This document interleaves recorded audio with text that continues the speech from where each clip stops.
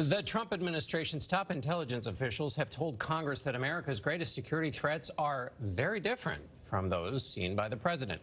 The global threat assessment does not warn about a crisis from illegal immigration, despite Mr. Trump's claims about the southern border. Intelligence leaders pointed to dangers from ISIS and North Korea that the president has downplayed as recently as this morning on Twitter. We're well on our way to get denuclearization, and the agreement says there will be total denuclearization. North Korea will seek to retain its WMD capabilities and is unlikely to completely give up its nuclear weapons. We have won against ISIS. We've beaten them, and we've beaten them badly. ISIS will continue to be a threat to the United States. They're the largest Sunni terrorist group, and they still command thousands of fighters in Iraq and Syria. CBS News senior national security analyst Fran Townsend was Homeland Security and Counterterrorism advisor for President George W. Bush. Fran, good morning. Good morning. First, give me your sense of the gulf here between the president and his advisors, and then explain how such a gulf can exist. Well, so let's start with the good news. The good news is clearly the intelligence community is taking seriously its obligation, frankly, to speak truth to power. This can't have been the testimony the president would have written himself for the intelligence community. Oddly enough, you know, just by the normal bureaucratic process, unclassified testimony goes through a clearance process, and so the White House saw that testimony before it was given, and you would have expected the president or his aides to begin to shape this in a way that didn't make the gulf between the two so stark. And one of the largest gulfs was on the issue of North Korea. We just played it there. We heard from Director Coates, we heard from Haspel, who leads the CIA, that the nuclear threat from North Korea remains the same. In fact, Gina Haspel said North Korea is committed to developing a long-range nuclear-armed missile that would pose a direct threat to the United States. That has not changed. No, I mean, the intelligence community acknowledged that it's good that the United States and North Korea continue to talk, but what they're not saying is that there's been the progress made that the president has suggested has been made.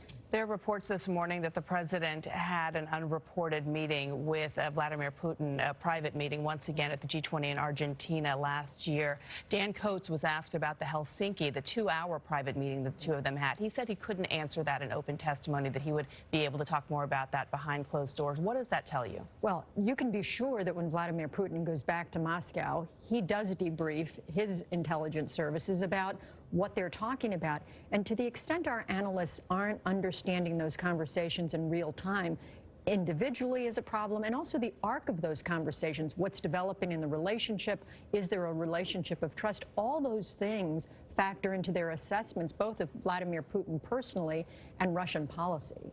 During presidential campaigns, it's often said, people say, if you don't understand the nature of the threats, you can't address them. So this disconnect here, how dangerous is that for American national security? Look, I think that this ought to be a real frustration, both for the not just the American public, but for cabinet members, right? Because the cabinet members, whether you're Mike Pompeo at the State Department or Gina Haspel or Dan Coates, as you're arraying your resources, you're arraying them against the threats as you understand them.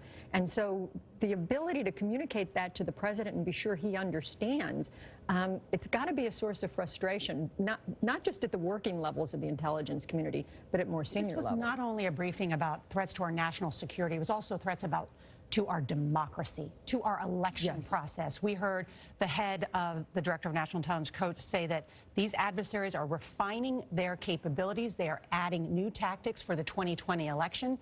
We heard Senator Warner also reveal for the very first time that there was an effort during the 2018 election from unknown actors to target our infrastructure. Are they taking this seriously? Is the White House on top of this? So the most important thing is certainly the intelligence community. And there's a whole of government approach, right? The intelligence community takes the threat seriously, as we heard yesterday. They work with the Department of Homeland Security and the FBI.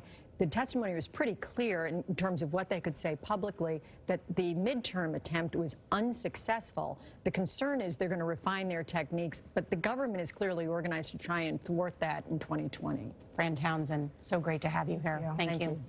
Police investigating